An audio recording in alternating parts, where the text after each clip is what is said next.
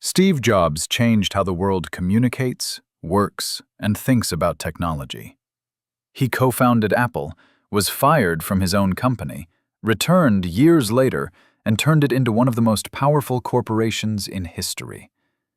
But behind the myth of the visionary genius, there was a series of personal decisions that quietly led to his death.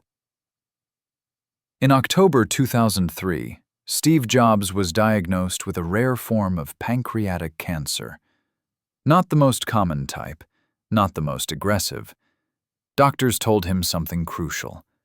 This specific tumor was slow-growing. It was treatable. Surgery offered a strong chance of survival.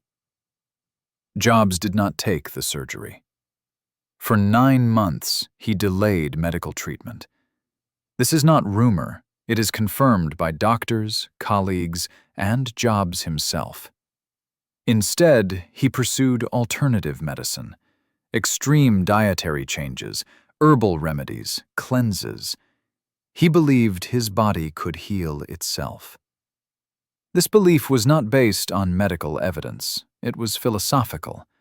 Steve Jobs believed deeply in intuition, in control, in the idea that conventional rules did not always apply to him. During those months, the cancer continued to grow, slowly, quietly, while Jobs remained CEO of Apple. Inside the company, few people knew how serious his condition was. Apple publicly described his health issues as minor, temporary, manageable. This lack of transparency would later shake the company and investors. In July 2004, Steve Jobs finally agreed to surgery. By then, the cancer had progressed. The tumor was removed, but the opportunity for early intervention was gone. For several years, Jobs appeared to recover. Apple released the iPhone, the iPad. The company reshaped entire industries. To the public, Steve Jobs looked thin but unstoppable. Behind closed doors, his health was declining. In 2008, his appearance alarmed audiences. He looked frail, underweight. Apple insisted it was a hormonal issue, a common condition, nothing serious. That statement was misleading. Internally, Jobs' condition was worsening. The cancer had returned. This time, it was spreading. In 2009, Steve Jobs underwent a liver transplant. This was not public knowledge at first. When it became known, it sparked controversy. Not because of illegality, but because of timing. Jobs received a transplant in Tennessee, where organ wait times were shorter. He had the resources to relocate immediately. He did nothing illegal, but the optics were disturbing. It highlighted a reality few wanted to confront. Even visionaries are not equal in illness. After the transplant, Jobs returned to Apple once again.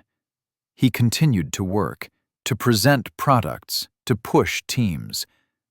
But his body was failing. In early 2011, Steve Jobs took his final medical leave. This time, it was clear. He was not coming back. In August 2011, he resigned as CEO. 2 months later, on October 5, 2011, Steve Jobs died at the age of 56. The cause of death was respiratory arrest related to his pancreatic cancer. After his death, his official biography revealed something Jobs himself admitted. He regretted delaying surgery. He believed his desire for control had overridden medical reality. This was not arrogance. It was consistency. The same mindset that allowed him to challenge industries also prevented him from accepting vulnerability. Steve Jobs trusted intuition over consensus, vision over protocol. It worked in business. It failed in medicine. Doctors later confirmed that early surgical intervention could have significantly extended his life, possibly saved it. This does not make Steve Jobs reckless. It makes him human.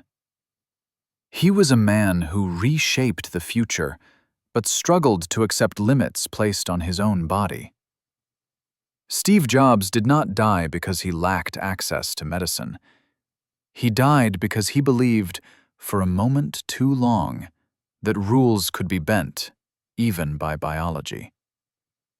History remembers his inventions, but his final lesson was not technological. It was about knowing when intuition must yield to reality.